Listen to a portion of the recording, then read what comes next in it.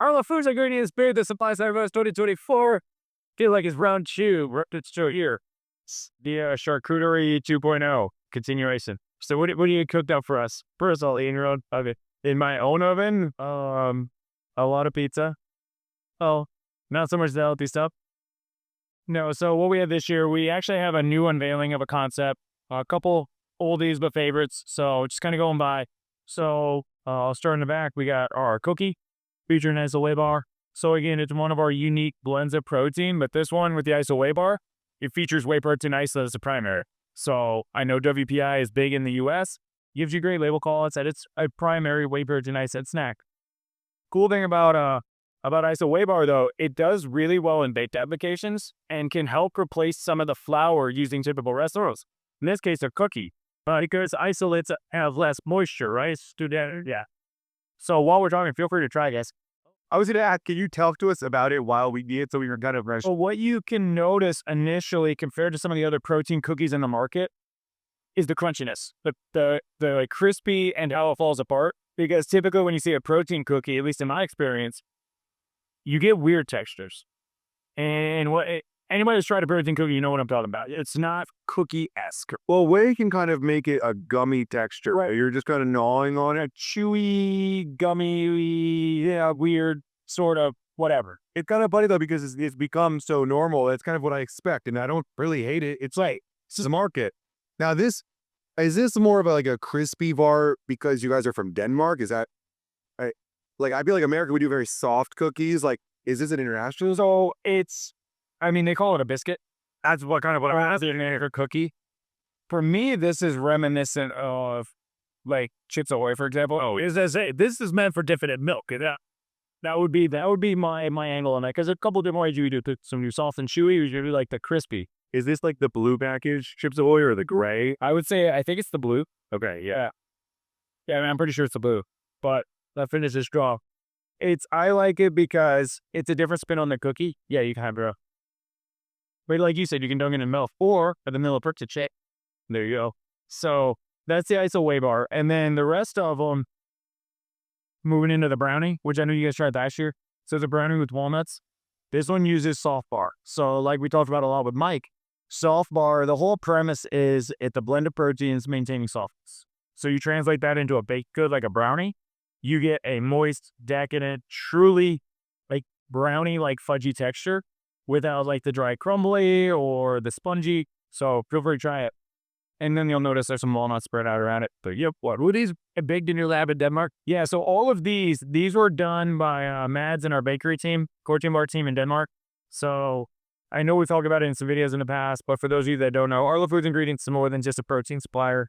We're a resource. We're a technical support and a partner. So in this category with the snacks and foods, it's a challenge. It's a science, really. So we work with our brand. We work with our co-manufacturing partners. Our team in Denmark, who have produced all of these using our ingredients, they understand how the ingredient works in a slab line, a co-extrusion line, whatever the case may be, or a bakery's support. So they're able to answer those technical questions to ensure that your product comes out, maximizing the functionality of protein. But yeah, so these are all done in-house. We have the bakery line, we have the bar lines, we have a beverage line, and a powder line. So like talking about Mike Alfaro, Master Foods Lab again, does he make his brownies in a similar way, or does he have a whole different process interchange? They would be very similar. So what they have set up in Denmark, it is on the scale of what you would find at a traditional manufacturer. Now, obviously, someone talented like Mike, I'm sure he probably pieced together his line in a unique way that's more catered to him.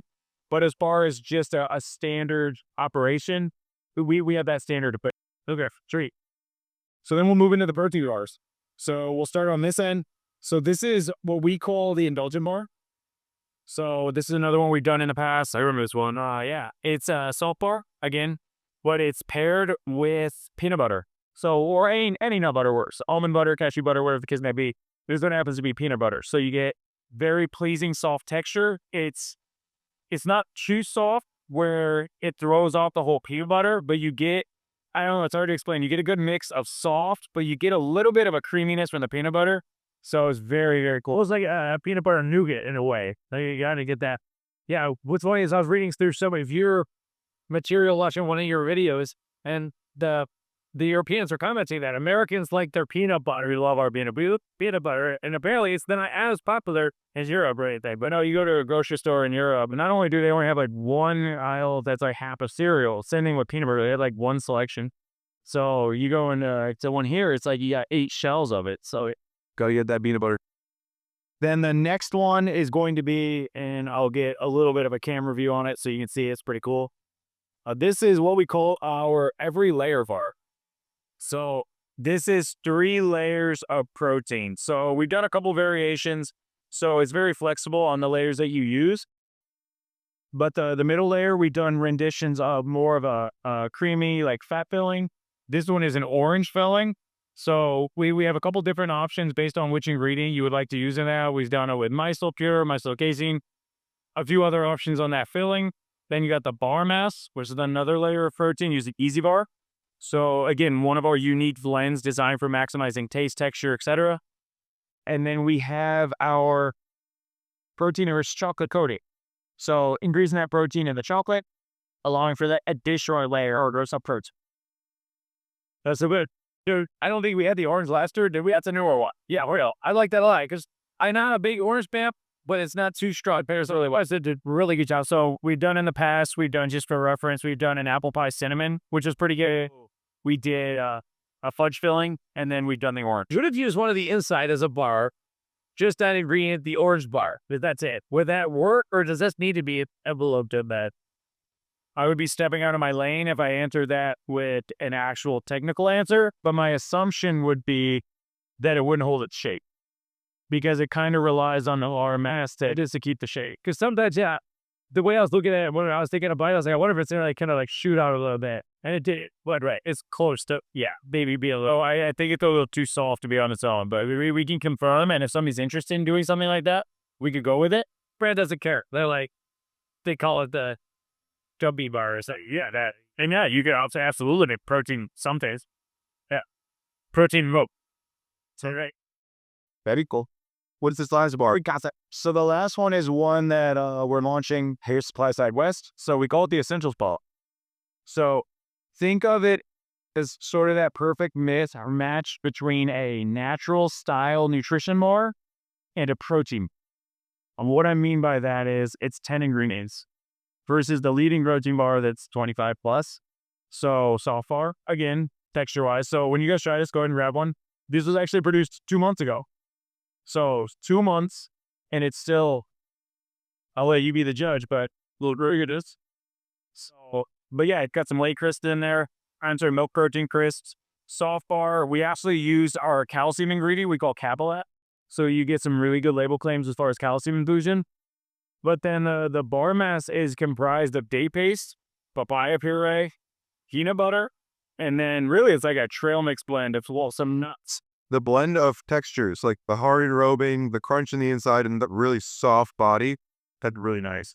And it's, if I'm not mistaken, it's 13 grams of protein and 50 gram bar. So again, when you look at more of the natural food-based bars in the space, you're not really getting protein. Yeah. You're getting any 85 grams. And then when you look at a protein bar, you're typically looking at 20. So again, this is like that. You took both ends of the spectrum and made a middle. That will be the bar. And then optional enrobing, but it's cool too because this concept, you do it on a slab line, or if you wanted to do, say, like a Persian bowl, you can use that bar mass and you can make it in a protein ball.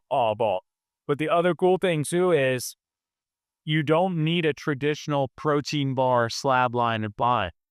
It's very versatile on that. You can do it in just any kitchen bowl, so any commercial grade kitchen, or at home at your, but that probably would be helpful. We want to know, like, what is the texture of the thing in the center? Like, split out? It's all, I totally got the orange myself. You guys should do this. Awesome stuff. Yeah. A couple of these bars could be like very close to this, ready to go to work. Frank could literally just take this, maybe add a tweak or two, but like they could rock and roll as this at 100%. And so as we mentioned in the last one, we provide, all of these are our recipe basis that we provide. So we share the recipe.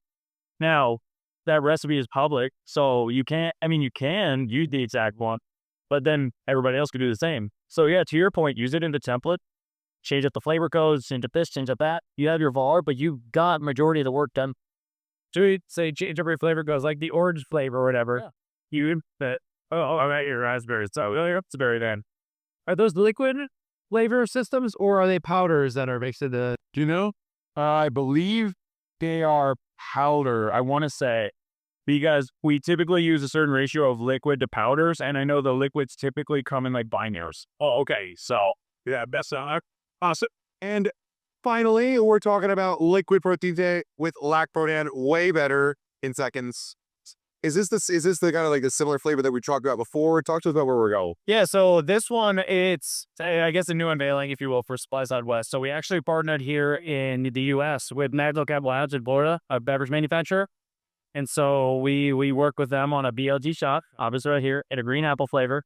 So just kind of showcase their capabilities on doing so, but also their flavor capabilities. So, ooh, I smell this. Oh, this BLG, real quick, BLG. So, yes, so kind of the root back on that. So it is the same ingredient that the blood orange was, but it beta-lactoglobulin.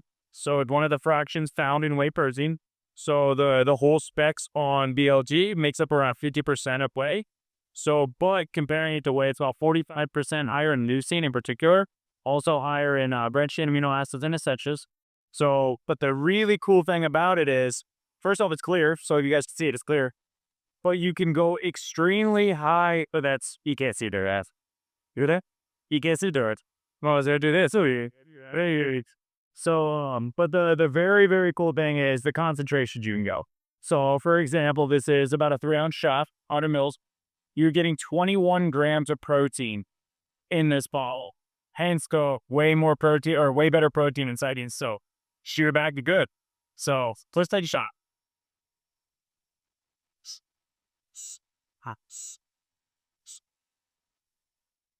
So, easy to go down. 21 grams. That's better than your blood orange. I'm sorry, it's so it is but that is phenomenal. Good. The cool thing too, not only is it 21 grams of protein, you're reaching about 3.2 grams of L-leucine per shot. So you're hitting that threshold for protein cells. So you're not getting as much protein, but you're getting a more efficient protein in terms of leucine content. If you care about protein for hypertrophy or recovery, you're really looking at leucine concentration. But typically with whey, it doesn't change very much. It might change on the weather and the environment of the cow that was in, but here you're really pulling out a fraction of the weight and using something that is much stronger in terms of leucine. Essentially, you're taking one of the most beneficial fractions for muscle building, if you will, and recovery, and you're putting it in a single product. But and powerful is great. Yeah, also, this is important because it's quick and easy, grab and go. Someone can develop something. There's a lot of discussion of satiety, people being too full, people not, getting enough protein to generate. Like, there's not much of an excuse to not get down your it's 3 ounces, right? Yeah. 3.5 ounce shot. Like, I love it. Thank you so much for sharing it with us. Absolutely. People who are afraid of clear whey because of the dry taste on the tongue, it's called astringency. Like, there's none on this. And I mean, as clear whey has kind of evolved, there's been better stages of it where there was still like a little bit of it. There's literally none. It's good shit. It's phenomenal. You guys did a great talk. Forgot you had a phenomenal if I was off. Yeah, shout out to Macrocap. They are Regenerate Legends. They do a lot of fun.